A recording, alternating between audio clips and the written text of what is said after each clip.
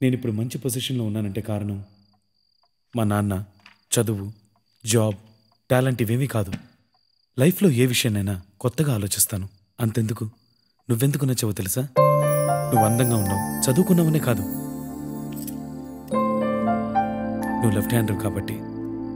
మన first night కూడా ఇక్కడ మీ ఇంట్లోనే జరగాలనేం లేదు. మనం కొత్తగా కొనుక్కున్న ఫ్లాట్లో కొత్తగా. ఏమంటావు? ఆ రోజు అలా మొదలైన నా లైఫ్ చాలా కొత్తగా అనిపించిన, సంతోషంగా అనిపించింది.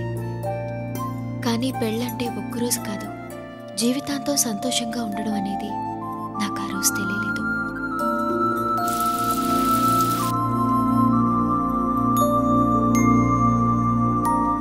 Good morning.